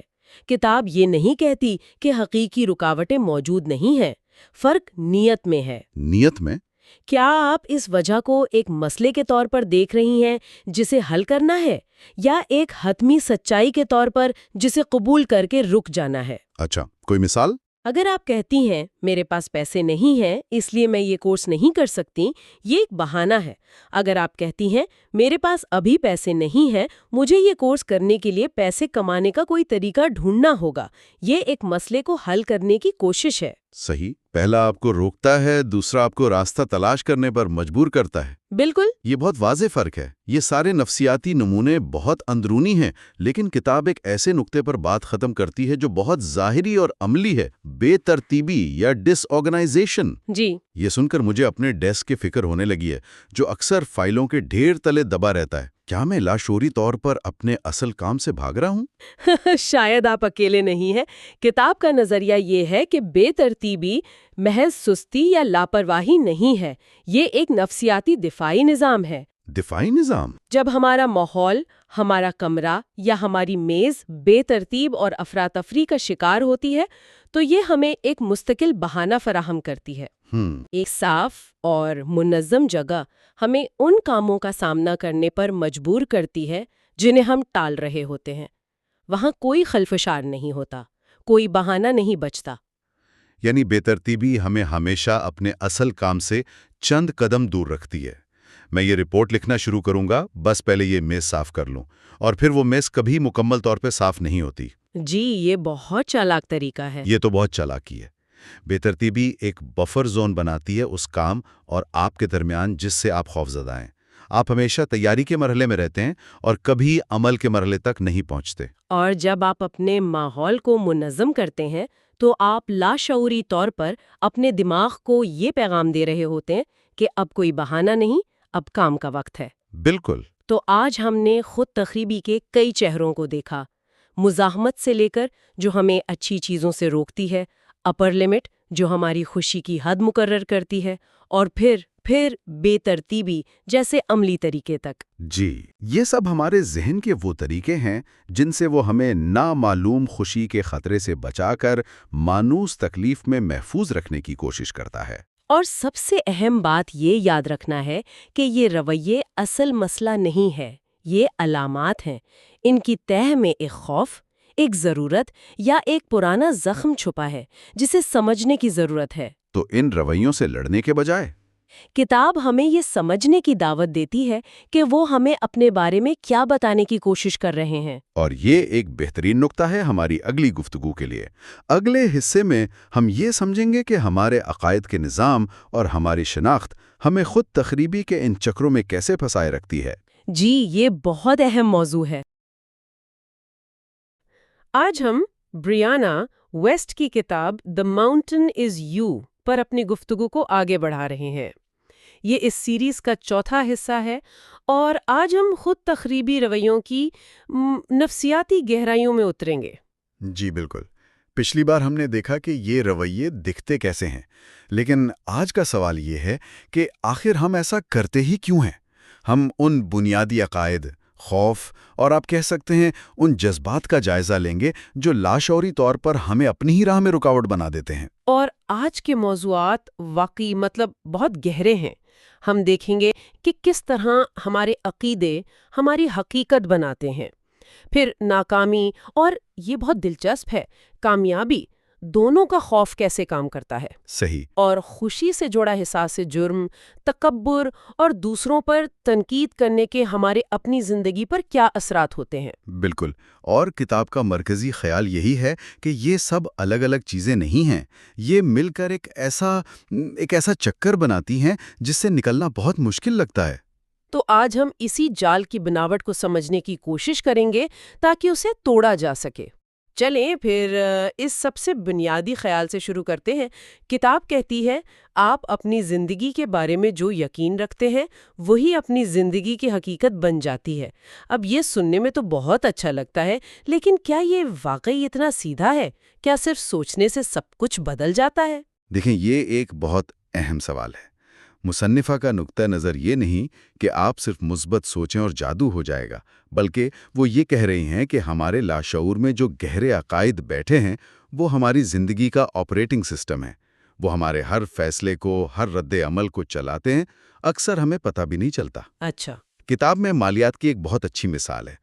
فرض کریں کسی کے ذہن میں بچپن سے یہ بات ڈال دی گئی ہو کہ پیسہ تمام برائیوں کی جڑ ہے یا امیر لوگ اچھے نہیں ہوتے۔ ہاں، یہ تو بہت عام خیال ہے، ہمارے معاشرے میں اکثر سننے کو ملتا ہے۔ بالکل۔ اب شعوری طور پر تو وہ شخص مالی کامیابی چاہے گا، لیکن اس کا لاشعور اسے روکے گا۔ جیسے ہی اس کی زندگی میں پیسہ آنا شروع ہوگا اسے ایک بے چینی ہونے لگے گی، کیونکہ اس کے عقیدے کے مطابق وہ ایک برا انسان بن رہا ہے۔ اچھا، تو اس بے چینی سے بچنے کے لیے وہ کچھ کرے گا؟ جی، وہ لاشعوری طور پر اس پیسے کو خود سے دور کر دے گا، شاید فضول خرچی کر کے یا کوئی ایسا کاروباری فیصلہ لے کر جس میں نقصان یقینی ہو۔ وہ خود کو واپس اپنی پرانی مانوس حالت میں لے آئے گا۔ واہ، یعنی جسمانی طور پر وہ پیسے کما رہا ہے لیکن نفسیاتی طور پر وہ اس سے جان چھڑا رہا ہے تاکہ اپنے بنیادی عقیدے سے مطابقت رکھ سکے۔ اور یہی چیز شناخت پر بھی لاگو ہوتی ہے نا؟ اگر کوئی سالوں سے خود کو کہتا رہے کہ میں تو ایک بے چین شخص ہوں یا میری قسمت ہی خراب ہے، تو وہ اس کی شناخت بن جاتی ہے، وہ صرف ایک جملہ نہیں رہتا۔ صحیح۔ اور یہیں پر تصدیقی تعصب یعنی کنفرمیشن بائس کا تصور بہت اہم ہو جاتا ہے۔ ہمارا دماغ نا وہ ہمیں وہی چیزیں دکھاتا ہے جن پر ہم پہلے سے یقین رکھتے ہیں۔ اگر کسی کو یقین ہے کہ اس کی قسمت خراب ہے تو اس کا دماغ صرف ان واقعات پر توجہ دے گا جو اس بات کو سچ ثابت کریں، اور ہر اچھی چیز کو اتفاق کہہ کر نظر انداز کر دے گا۔ وہ شخص خود اپنی ہی کہانی کا قیدی بن جاتا ہے۔ تو ہمارے عقائد وہ نقشہ ہیں جو ہم نے اپنے لیے بنایا ہے، اور اگر نقشہ ہی غلط ہو تو ہم پہاڑ پر چڑھنے کے بجائے دائروں میں ہی گھومتے رہیں گے۔ لیکن صرف نقشہ ہی مسئلہ نہیں ہے، کبھی کبھی ہم خوف کی وجہ سے ایک جگہ پر جم جاتے ہیں۔ ناکامی کا خوف تو سب کو سمجھ آتا ہے۔ یقیناً، اور کتاب اس پر ایک بہت اہم نقطہ اٹھاتی ہے کہ کوشش نہ کر کے ناکام ہونا نئی چیزیں آزما کر ناکام ہونے سے کہیں زیادہ برا ہے، کیونکہ جب آپ کوشش ہی نہیں کرتے تو آپ سیکھنے کا موقع بھی گنوا دیتے ہیں۔ لیکن اس سے بھی زیادہ پیچیدہ ایک اور خوف ہے، اور وہ ہے کامیابی کا خوف۔ ایک منٹ، کامیابی کا خوف؟ یہ تو تھوڑی عجیب بات ہے۔ ہم سب کامیاب ہونا ہی تو چاہتے ہیں، کوئی اپنی کامیابی سے کیوں ڈرے گا؟ یہ بظاہر متضاد ہی لگتا ہے، لیکن یہ ایک بہت گہری نفسیاتی حقیقت ہے۔ کتاب میں اسے اوپری حد یا اپر لمٹ کہا گیا ہے۔ اس کا مطلب ہے کہ ہم سب کے ذہن میں خوشی، کامیابی اور فراوانی کو برداشت کرنے کی ایک نادیدہ حد ہوتی ہے۔ یہ ہمارا آرام دہ دائرہ ہے۔ اچھا۔ جب زندگی میں اچھی چیزیں اس حد سے زیادہ ہونے لگتی ہیں تو ہمارے اندر ایک الارم بجنے لگتا ہے۔ الارم؟ کس چیز کا الارم؟ کہ کچھ غلط ہے؟ اس بات کا الارم کہ یہ کچھ زیادہ ہی اچھا ہو رہا ہے، ضرور کچھ برا ہونے والا ہے۔ یہ ہمارے مانوس احساسات سے باہر ہوتا ہے۔ اس بے چینی کو کم کرنے کے لیے ہم لاشعوری طور پر کچھ ایسا کرتے ہیں جو ہمیں واپس ہماری پرانی جانی پہچانی سطح پر لے آئے۔ کوئی مثال دے سکتے ہیں؟ جی، جیسے کسی کو وہ نوکری مل گئی جس کا اس نے ہمیشہ خواب دیکھا تھا، سب کچھ بہترین ہے، لیکن چند ہفتوں بعد وہ دفتر دیر سے پہنچنا شروع کر دیتا ہے یا اپنے باس سے کسی چھوٹی سی بات پر بحث کر لیتا ہے۔ اچھا۔ یہ کوئی اتفاق نہیں ہے۔ کتاب کے مطابق یہ اس کا لاشعور ہے جو کہہ رہا ہے یہ بہت زیادہ خوشی ہے، چلو واپس اس جانی پہچانی پریشانی کی سطح پر چلتے ہیں جہاں ہم محفوظ محسوس کرتے ہیں۔ واہ، یہ اپر لمٹ والی بات تو مطلب اب انسان اپنی پوری زندگی کے بارے میں سوچنے پر مجبور ہو جاتا ہے کہ کب کب اچھے موقعوں کو خود خراب کیا ہوگا۔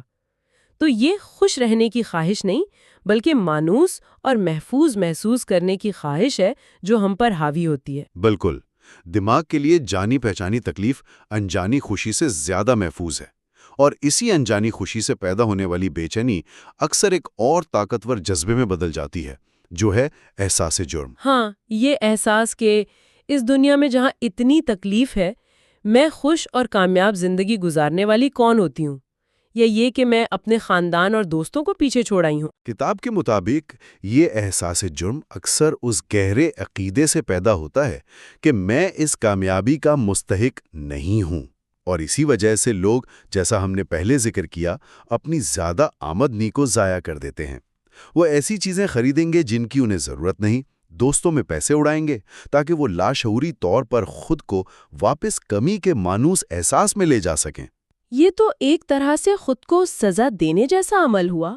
جی، تاکہ وہ اپنے نااہل ہونے کے عقیدے کو سچ ثابت کر سکیں۔ لیکن کتاب اس کا ایک بہت اچھا حل بھی دیتی ہے نا؟ وہ کہتی ہے کہ کامیابی اور پیسے کو حیثیت کی علامت سمجھنے کے بجائے انہیں محض اوزار سمجھنا چاہیے۔ بالکل، ایسے اوزار جنہیں مثبت تبدیلی لانے اور دوسروں کی مدد کرنے کے لیے استعمال کیا جا سکتا ہے۔ جب آپ اس نظر سے دیکھتے ہیں تو احساس جرم کم ہو جاتا ہے، اس کی جگہ ایک مقصد کا احساس لے لیتا ہے۔ یہ نقطہ نظر واقعی بہت اہم ہے۔ تو ہم نے عقائد، خوف اور احساس سے جرم کی بات کی، لیکن ایک اور بہت بڑی رکاوٹ ہے جو اکثر طاقت کی شکل میں نظر آتی ہے، اور وہ ہے تکبر۔ جی، تکبر یہ ترقی کی راہ میں ایک بہت بڑی دیوار بن سکتا ہے۔ کتاب میں مثال دی گئی ہے کہ لوگ کسی خراب رشتے میں صرف اس لیے پھنسے رہتے ہیں کیونکہ اسے چھوڑنے میں، یہ تسلیم کرنے میں کہ ان کا فیصلہ غلط تھا، انہیں شرمندگی محسوس ہوتی ہے۔ ان کی انا انہیں وہاں قید رکھتی ہے۔ صحیح، یا وہ یہ ماننے سے انکار کر دیتے ہیں کہ ان کے کاروبار کو مدد کی ضرورت ہے، اور یہ تکبر انہیں تباہی کی طرف لے جاتا ہے۔ اور تکبر کا ایک اور پہلو جو زیادہ سمجھ میں نہیں آتا، وہ ہے دوسروں پر تنقید کرنا۔ اس کے نفسیاتی اثرات بہت گہرے ہیں۔ ایک منٹ، یہ بات تھوڑی سمجھائیں۔ میں اگر کسی امیر آدمی پر تنقید کروں جو شاید ٹیکس چوری کرتا ہے، یا کسی مشہور شخصیت پر جو مغرور ہے، تو اس کا میری اپنی کامیابی سے کیا تعلق؟ بہت اچھا سوال ہے۔ دیکھیں، کتاب یہ نہیں کہتی کہ آپ جائز تنقید نہ کریں، لیکن اگر یہ عادت بن جائے کہ ہر کامیاب شخص میں کوئی نہ کوئی خامی تلاش کی جائے، اچھا منفی خصوصیات کے درمیان ایک مضبوط ذہنی تعلق بنا رہے ہیں۔ اچھا، تو میں اپنے ہی ذہن کو یہ سکھا رہی ہوں کہ کامیاب ہونا مطلب برا ہونا؟ بالکل۔ پھر جب آپ خود کامیاب ہونے لگیں گے تو آپ کا دماغ آپ کو روکے گا، کیونکہ آپ نہیں چاہیں گے کہ لوگ آپ کو بھی اسی نظر سے دیکھیں جس نظر سے آپ دوسروں کو دیکھتے ہیں۔ اوہ، آپ لاشعوری طور پر آگے بڑھنے سے مزاحمت کریں گے تاکہ آپ ایک اچھے انسان بنے رہیں۔ کتاب کا ایک اصول بہت اہم ہے۔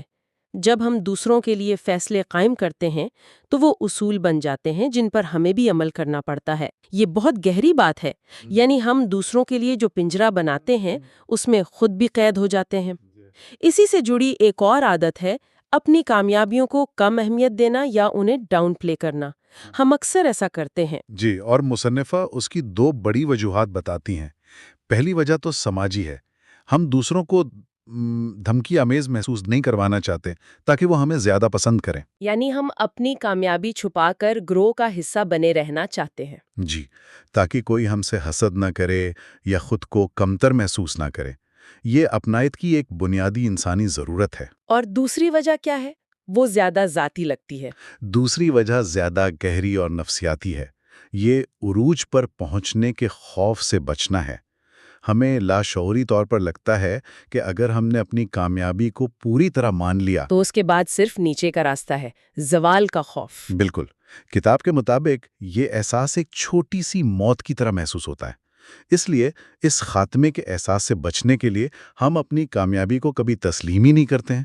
ہم ہمیشہ اگلے ہدف کی تلاش میں رہتے ہیں اور کبھی بھی لمحہ موجود میں اپنی کامیابی سے لطف اندوز نہیں ہو پاتے۔ تو آج کی گفتگو کا خلاصہ یہ ہے کہ یہ کوئی ایک چیز نہیں ہے جو ہمیں روکتی ہے، یہ ایک پورا نظام ہے۔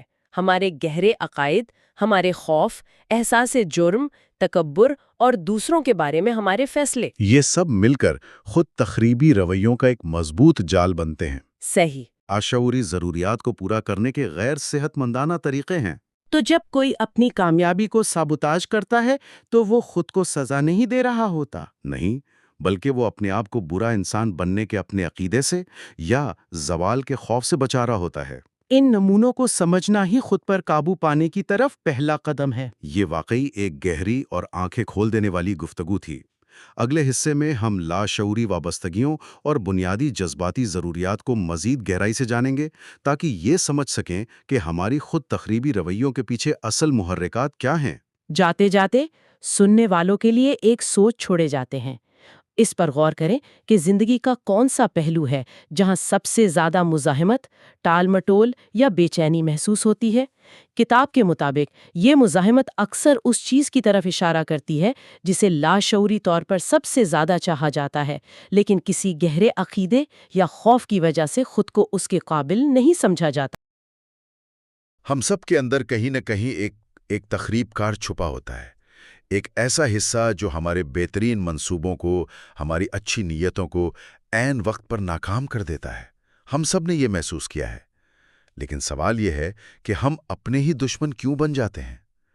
آج ہم بریانا ویسٹ کی کتاب دی ماؤنٹین از یو کے گہرے تجزیے کے 5ویں حصے میں اسی اندرونی دشمن کا پیچھا کریں گے اور شاید یہ جان کر حیران ہوں گے کہ وہ اصل میں ہمارا دوست بننے کی کوشش کر رہا ہے۔ بالکل۔ اور یہ ایک بہت بڑا معمہ ہے کہ انسان جو شعوری طور پر کامیابی چاہتا ہے، خوشی، محبت، یہ سب چاہتا ہے، وہی لاشعوری طور پر ایسے کام کیوں کرتا ہے جو اسے ان چیزوں سے دور لے جاتے ہیں۔ آج کی گفتگو میں ہم اسی معمے کی گتھیاں سلجھانے کی کوشش کریں گے۔ ہم دیکھیں گے کہ ہماری کچھ لاشعوری وابستگیاں کیا ہیں، پھر ان کے پیچھے چھپی ہماری اصل ضرورتیں کیا ہیں، اور جب ہم ان ضرورتوں کو نظر انداز کرتے ہیں تو ہماری زندگی میں مسائل کیوں بڑھ جاتے ہیں۔ اچھا، تو چلیں اس جاسوسی کا آغاز کرتے ہیں اور یہ سمجھنے کی کوشش کرتے ہیں کہ ہماری وہ عجیب عادتیں جن کی بظاہر کوئی تک نہیں بنتی، وہ دراصل ہمیں اپنے بارے میں کیا سکھانے کی کوشش کر رہی ہیں۔ اچھا، تو کتاب کا جو مرکزی خیال ہے وہ یہ کہ ہماری زندگی کی سب سے بڑی اندرونی کشمکش اور خود کو نقصان پہنچانے والے رویے وہ ہماری بنیادی وابستگیوں کی وجہ سے ہوتے ہیں۔ یہ لفظ سننے میں تھوڑا بھاری لگتا ہے، بنیادی وابستگی، اس کا کیا مطلب ہے؟ جی، یہ کتاب کا ایک بہت اہم تصور ہے۔ بنیادی وابستگی یعنی کور کمٹمنٹ، وہ بنیادی مقصد ہے جس کے لیے کوئی بھی انسان لاشعوری طور پر اپنی زندگی گزار رہا ہوتا ہے۔ یہ وہ چیز ہے جس سے ہم اتنی گہرائی سے جڑے ہوتے ہیں کہ اکثر ہمیں خود بھی اس کا علم نہیں ہوتا۔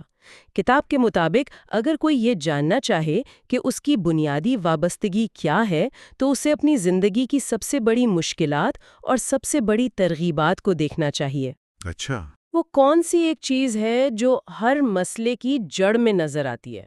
جب وہ مشترکہ دھاگا مل جائے گا نا تو سمجھے آپ نے اپنی بنیادی وابستگی کو پہچان لیا ہے۔ یہ تو بہت دلچسپ بات ہے، یعنی کہ ہم ان چیزوں سے وابستہ ہیں جو ہمارے لیے مسائل پیدا کر رہی ہیں۔ کتاب میں اس کی کچھ مثالیں بھی دی گئی ہیں، ہے نا؟ جی ہاں، اور وہ مثالیں اس تصور کو بہت واضح کر دیتی ہیں۔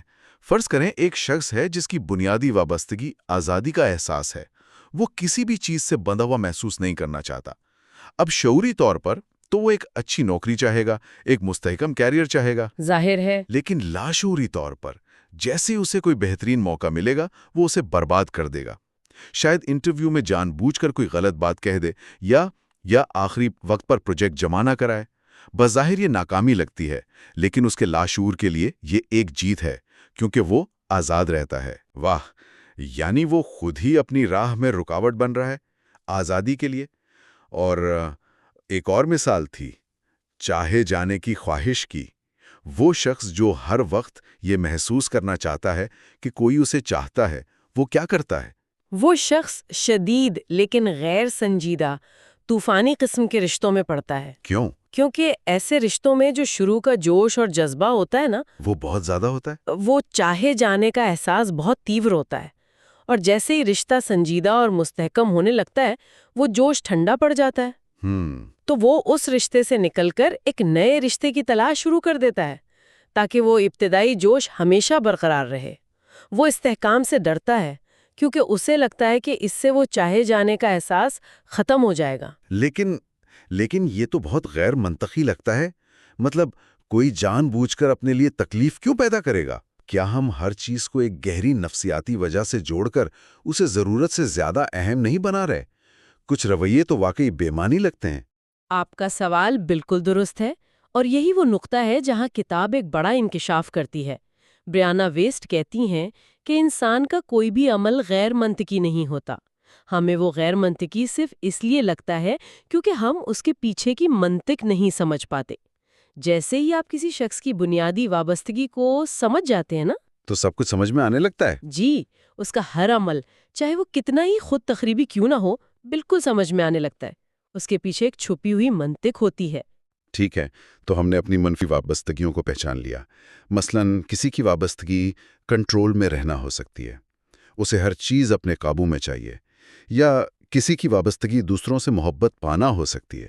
لیکن سوال یہ ہے کہ یہ وابستگیاں آتی کہاں سے ہیں؟ کیا ہم بس ایسے ہی ہیں؟ نہیں، اور کتاب کے مطابق یہی سب سے اہم نکتہ ہے۔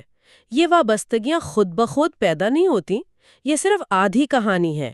ان کے پیچھے ایک چھپی ہوئی ادھوری بنیادی ضرورت ہوتی ہے، اور سب سے حیران کن بات یہ ہے کہ آپ کی بنیادی ضرورت آپ کی بنیادی وابستگی کے بالکل الٹ ہوتی ہے۔ ایک منٹ، یہ ایسا ہے جیسے آپ کا دماغ پیاز بجھانے کے لیے نمک کھا رہا ہو۔ وہ کوشش تو صحیح کر رہا ہے لیکن طریقہ بالکل غلط ہے۔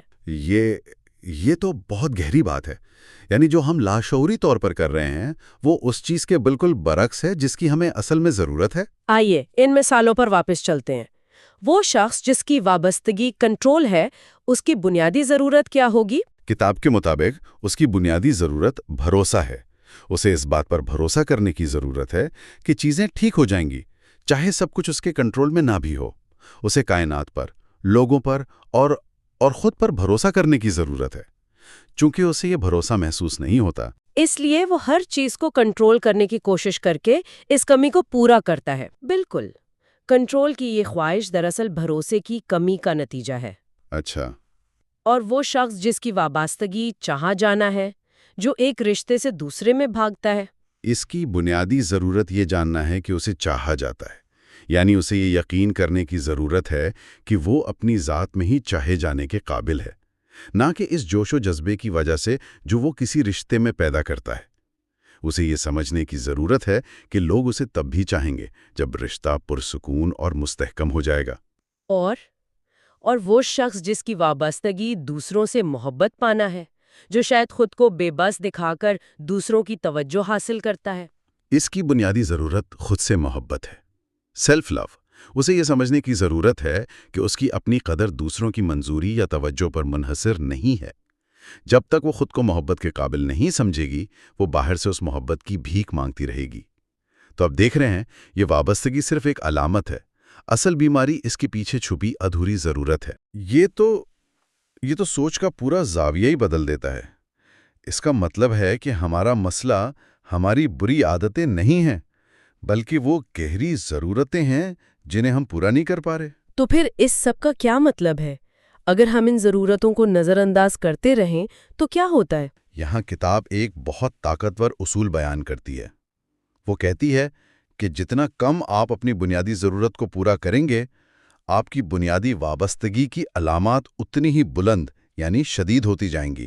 یعنی ہمارا لاشعور ہم پر چیخنا شروع کر دیتا ہے۔ بالکل، بالکل۔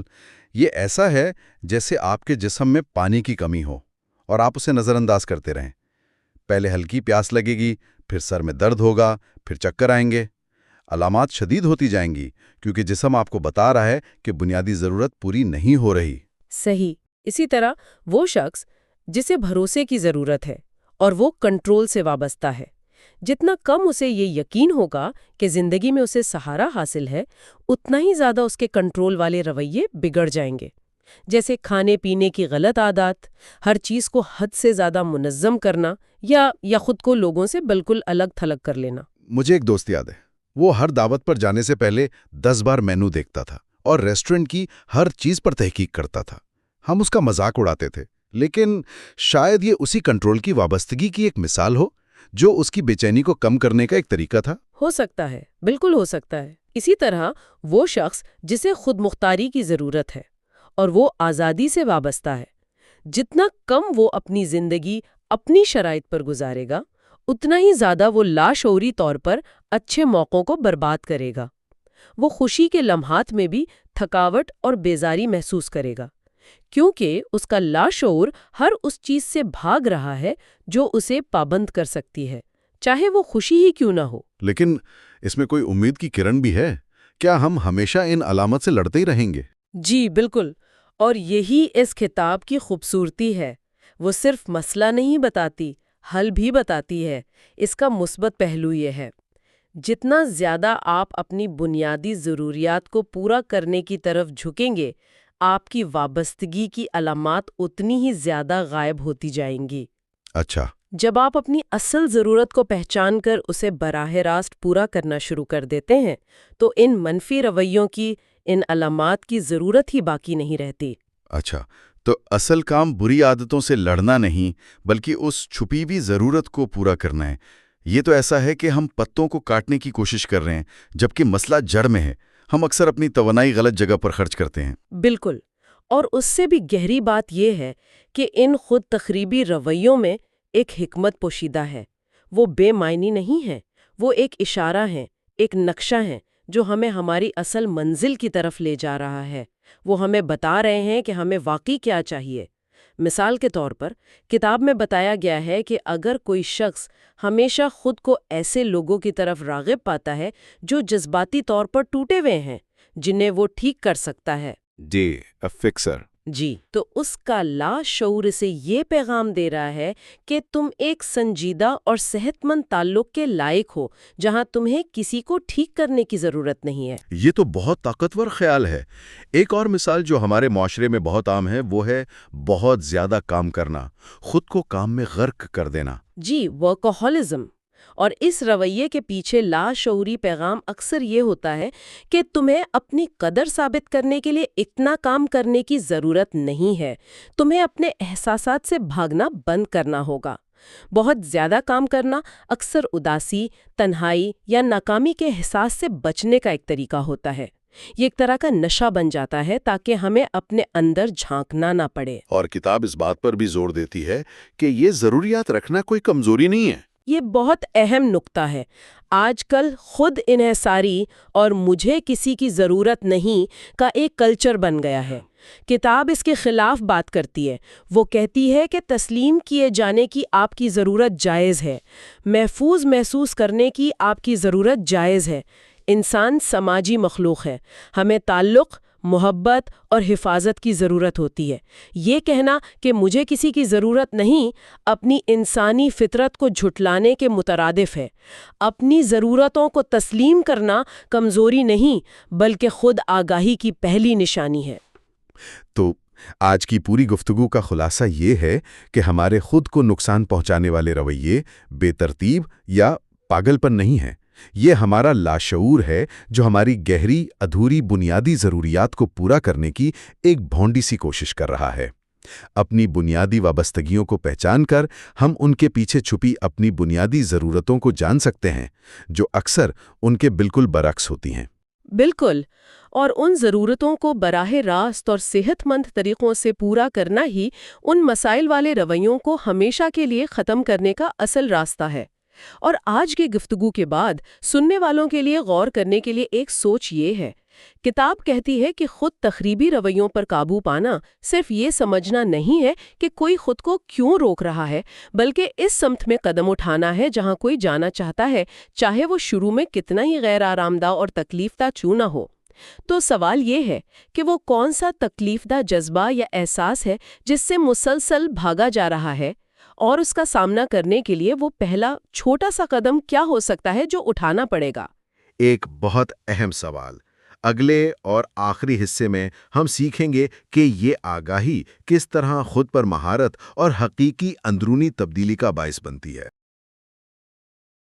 پچھلی نشستوں میں ہم نے یہ سمجھا کہ خود کو نقصان پہنچانے کی عادتیں کیسے بنتی ہیں، اور آج ہم اس سفر کے سب سے اہم حصے پر بات کریں گے، یعنی ان عادتوں پر قابو پا کر خود پر عبور کیسے حاصل کیا جائے۔ بالکل، اور آج کی گفتگو کا جو مرکزی خیال ہے نا، وہ یہ ہے کہ یہ تبدیلی کوئی ایک دن میں آنے والا انقلاب نہیں ہے۔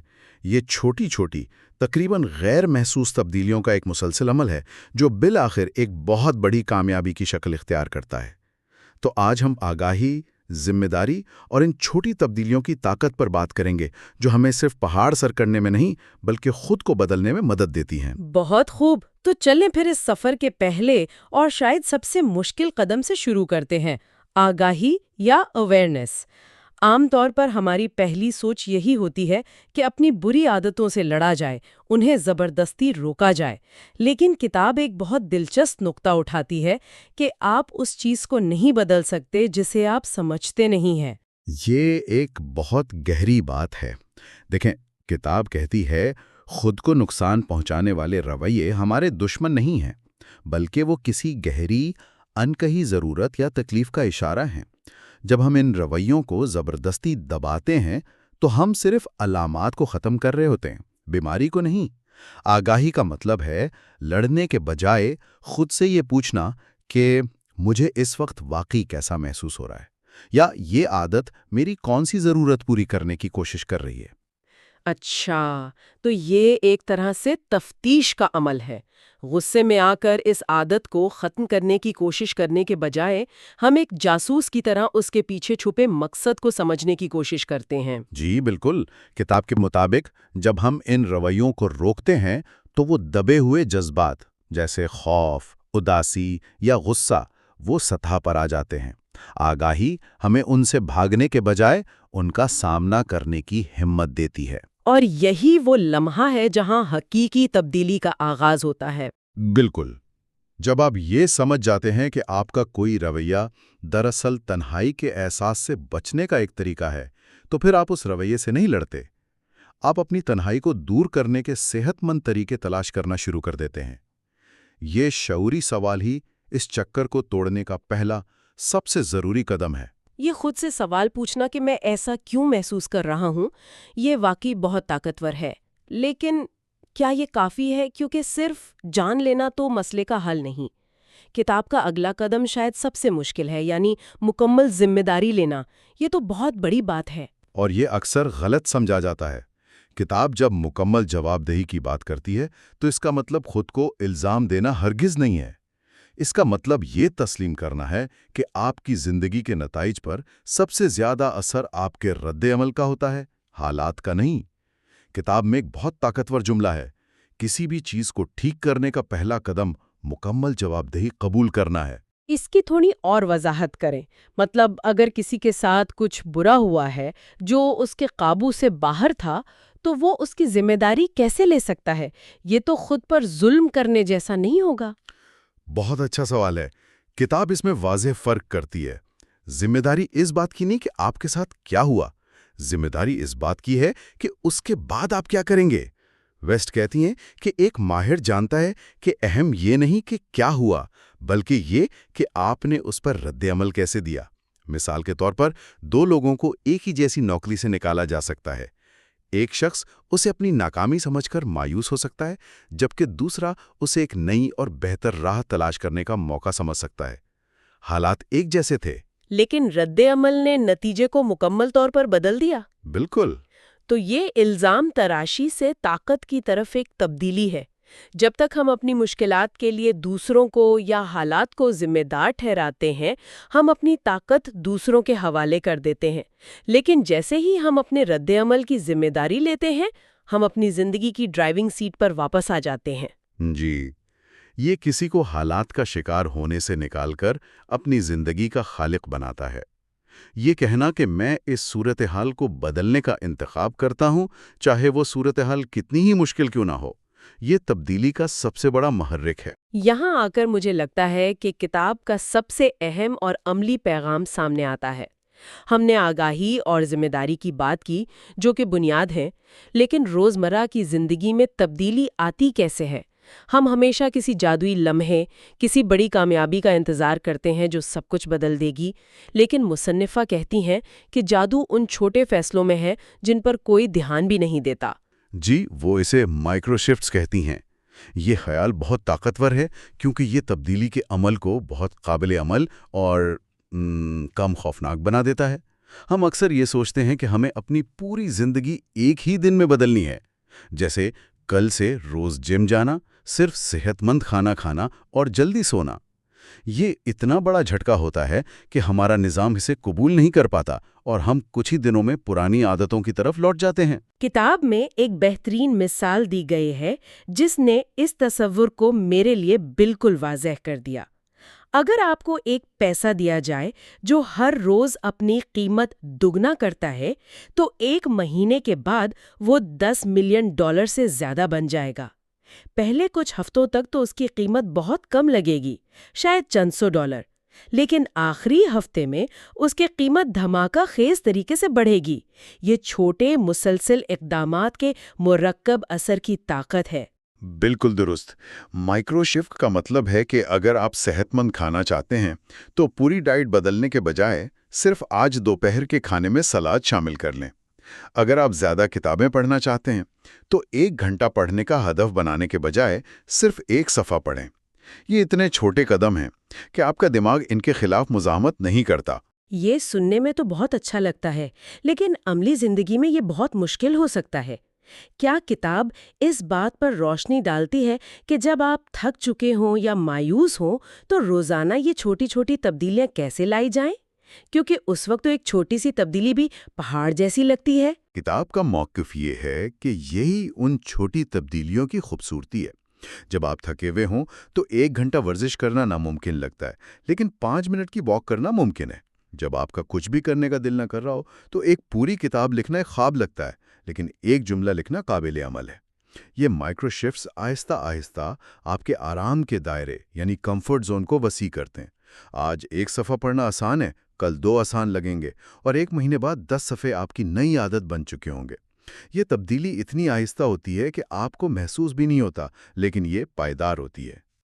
تو یہ تمام خیالات، آگاہی، ذمہ داری اور مائکرو شفٹس، یہ سب ایک ہی سمت کی طرف اشارہ کر رہے ہیں، اندر کی دنیا۔ ایسا لگتا ہے کہ کتاب کا مرکزی پیغام یہ ہے کہ اصل مہارت بیرونی دنیا کو فتح کرنے میں نہیں، بلکہ اپنی اندرونی دنیا کو سمجھنے اور منظم کرنے میں ہے۔ آپ نے بالکل صحیح نتیجہ اخذ کیا۔ کتاب جذبات کو دبانے یعنی سپریشن اور ان پر قابو پانے یعنی مینجمنٹ کے درمیان ایک بہت اہم فرق بیان کرتی ہے۔ دبانا ایک لاشعوری عمل ہے جس میں ہم تکلیف دہ احساسات کو نظر انداز کرتے ہیں یا ان سے بھاگتے ہیں۔ یہ ایسا ہے جیسے بیچ بال کو پانی کے نیچے دبانے کی کوشش کرنا۔ آپ جتنی طاقت لگائیں گے وہ اتنی ہی تیزی سے سطح پر آئے گی۔ اور قابو پانا یا مینجمنٹ کیا ہے؟ قابو پانا ایک شعوری عمل ہے۔ اس کا مطلب ہے اپنے احساسات کو تسلیم کرنا، انہیں محسوس کرنا، اور پھر یہ فیصلہ کرنا کہ آپ ان پر رد عمل کیسے دیں گے۔ مثال کے طور پر یہ جاننا کہ میں اس وقت بہت غصے میں ہوں، اس احساس کو محسوس کرنے کی اجازت دینا، اور پھر چیخنے کے بجائے یہ انتخاب کرنا کہ میں اس پر بات کرنے سے پہلے کچھ دیر ٹہلنے جا رہا ہوں۔ یہ جذبات کا مالک بننا ہے، ان کا غلام نہیں۔ کل یہ لفظ بہت استعمال ہوتا ہے، لیکن اکثر ظاہری تبدیلی کے لیے، جیسے بدلہ لینے والا جسم یا سابقہ پارٹنر کو جلانے کے لیے کامیابی حاصل کرنا۔ کتاب اس خیال کو بالکل الٹ دیتی ہے نا؟ جی بالکل۔ ویسٹ کہتے ہیں کہ حقیقی تبدیلی اندرونی ہوتی ہے، یہ دوسروں کو کچھ ثابت کرنے کے بارے میں نہیں ہے۔ حقیقی چمک وہ مہما ہے جب آپ آخر کار اپنے مستقبل کے بارے میں اتنا مطمئن اور پرامید محسوس کرتے ہیں کہ آپ ماضی کے لوگوں کے بارے میں سوچنا ہی چھوڑ دیں۔ یہ اس بات کو ترجیح دینا ہے کہ چیزیں اندر سے کیسی محسوس ہوتی ہیں، بجائے اس کے کہ وہ باہر سے کیسی نظر آتی ہیں۔ تو یہ سطحی تبدیلی کے بجائے حقیقی مسائل کو حل کرنے کے بارے میں ہے۔ یہ ایسی تبدیلی ہے جو آپ اپنے لیے کرتے ہیں، کسی اور کو دکھانے کے لیے نہیں۔ یہ بہت گہری اور ذاتی تبدیلی ہے۔ اور یہی ہمیں کتاب کے مرکزی استعارے کی طرف لاتا ہے۔ عنوان ہے دی ماؤنٹین از یو۔ آخر میں کتاب کہتی ہے آپ کو پہاڑ پر نہیں بلکہ اپنے آپ پر عبور حاصل کرنا ہے۔ اس کا حتمی مطلب کیا ہے؟ میرا خیال ہے کہ اس کا مطلب یہ ہے کہ ہم اکثر اپنی زندگی کی مشکلات کو بیرونی رکاوٹوں کے طور پر دیکھتے ہیں۔ ایک مشکل نوکری، ایک خراب رشتہ، مالی مسائل، ہم ان کو پہاڑ سمجھتے ہیں جنہیں ہمیں سر کرنا ہے۔ لیکن کتاب کہتی ہے کہ یہ پہاڑ دراصل ہمارے اندرونی مسائل کا عکس ہیں۔ وہ صرف محرک ہیں جو ہمیں اپنے اندر جھانکنے اور خود کو بہتر بنانے پر مجبور کرتے ہیں۔ بالکل۔ مقصد صرف پہاڑ کی چوٹی تک پہنچنا نہیں ہے۔ اصل انعام وہ شخص ہے جو ہم اس پہاڑ کو سر کرنے کے عمل میں بنتے ہیں۔ جو لچک، خود شناسی اور ہمت ہم اس سفر میں سیکھتے ہیں، وہی اصل کامیابی ہے۔ پہاڑ تو صرف ایک تربیت کا میدان ہے جو ہمیں وہ مہارتیں سکھانے کے لیے موجود ہے جو ہمیں زندگی کے ہر شعبے میں کام آئیں گی۔ تو اس کا مطلب ہے کہ جب ہم ایک چیلنج پر قابو پا لیتے ہیں تو ہم صرف اس چیلنج کو ہی نہیں جیتتے، بلکہ ہم ایک بہتر، مضبوط انسان بھی بن جاتے ہیں۔ پہاڑ شاید پیچھے رہ جائے، لیکن جو طاقت ہم نے حاصل کی وہ ہمیشہ ہمارے ساتھ رہتی ہے۔ کتاب اسی سوچ کے ساتھ ختم ہوتی ہے۔ ایک دن جو پہاڑ آپ کے سامنے تھا وہ اتنا پیچھے رہ جائے گا، لیکن آپ اسے چڑھنا سیکھنے کے عمل میں جو بن جائیں گے وہ ہمیشہ آپ کے ساتھ رہے گا۔ یہی پہاڑ کا مقصد ہے۔ خود پر عبور وہ مستقل تبدیلی ہے جسے ہم اس مخصوص چیلنج کے ختم ہونے کے بعد بھی اپنے ساتھ لے کر چلتے ہیں۔ تو آج کی ساری گفتگو کا خلاصہ یہ ہے کہ خود کو نقصان پہنچانے کی عادت پر قابو پانے کا سفر کوئی فوری حل نہیں ہے۔ یہ اپنے ساتھ اپنے تعلقات کو بنیادی طور پر تبدیل کرنے کا ایک گہرا اندرونی عمل ہے۔ یہ باہر کی دنیا سے لڑنے کے بجائے اپنے اندر امن قائم کرنے کا نام ہے۔ اور یہ سمجھنے کا سفر ہے۔ کتاب ہمیں ایک بہت ہی ہمدردانہ پیغام دیتی ہے کہ ہمارے خود کو نقصان پہنچانے والے رویے اس بات کی علامت نہیں ہے کہ ہم ٹوٹے ہوئے یا خراب ہیں، وہ صرف اس بات کا اشارہ ہے کہ ہماری کچھ گہری ضروریات پوری نہیں ہو رہی ہیں۔ یہ پورا عمل ان ضروریات کو دریافت کرنے اور انہیں پورا کرنے کے صحت مند طریقے تلاش کرنے کے بارے میں ہے۔ یہ خود سے ہمدردی کا راستہ ہے، خود پر تنقید کا نہیں۔ ہمارے سامعین کے لیے ایک آخری سوچ چھوڑے جاتے ہیں۔ کتاب یہ تجویز کرتی ہے کہ آپ کا مقصد اکثر آپ کو تکلیف کے ذریعے ملتا ہے۔